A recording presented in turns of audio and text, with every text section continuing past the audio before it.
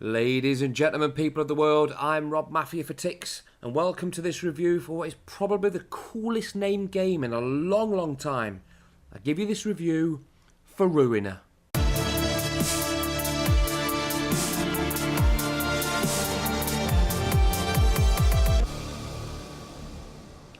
I've bleated on loads of times now about how much I like a good fast-paced twin-stick shooter with loads of power-ups, explosions and general chaos. When I saw Ruiner for the first time, I was hyped because it looked to be everything that I want out of a twin-stick adventure. I was wrong though, because Ruiner is not just a twin-stick controlled action game, it's more than that. In fact, it's a lot more. Ruiner is brought to us by Recon Games, who are based in Poland and founded back in 2014. Their credentials are very impressive because the developers have worked on games such as The Witcher, from 1 to 3, Dead Island and also Dying Light. That's some impressive CV right there. Ruiner is a top-down action game with hints of cyberpunk and anime all thrown into one adult-themed combination of brutality and mayhem. The art style for the game is amazing and appears to be unique in its presentation and utilises the comic book style approach. Everything seems to be a variation of red, even down to the lighting. I suppose it represents blood or something. You start off with a nice and concise tutorial explaining how to operate the protagonist, who by the way is just a psychotic killer on a mission to find his brother and kill the boss.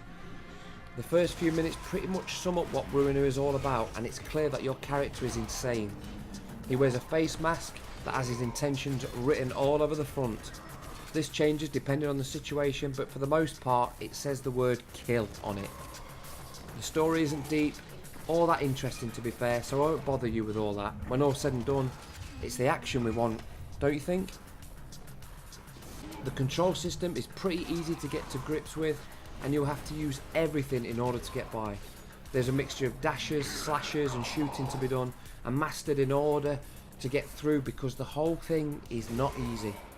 The game is good, but it is definitely not easy. You have a basic loadout of a small handgun and a piece of piping for melee kills.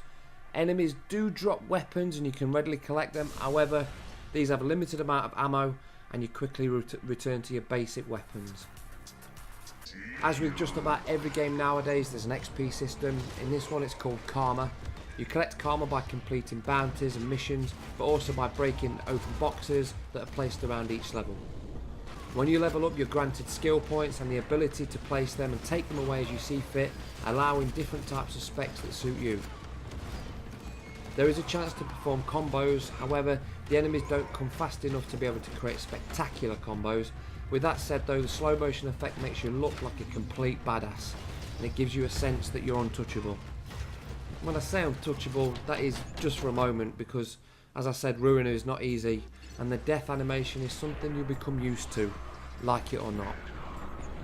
There are, however, some times when you think you're being hard done to, because on occasion I wandered into the next area only to be met by a trap that completely annihilated me. I basically stood no chance, but it's important you take these moments on the chin. They're not that important at the end of the day. It's not all Dark Souls difficulty though. You get the odd lifeline. At various points gifts appear that are floating little robots. They drop health, energy and sometimes the odd weapon. Indeed a welcome sight on difficult sub-bosses. Like all twin stick shooters, there is a certain point where you lose what's happening down to the amount of things happening on the screen. This goes as well for Ruiner, because at times I found myself moonwalking into an enemy with my shield facing the wrong way. This is not a gripe, but more of a warning to keep a sharp eye, because you need to move or you're dead, so make sure you move in the right direction. Ruiner has a very healthy amount of stuff to do. The main game is short in comparison to most, but you can jump in and out as you please, especially if the pressure gets a little too much for you. I'm a big fan of games where you can jump in and out for 10 minutes or an hour depending on your mood. Ruiner provides just that, and you can still make good progress. Ruiner is a must. I absolutely recommend that you play a demo or at least buy it, because I loved it.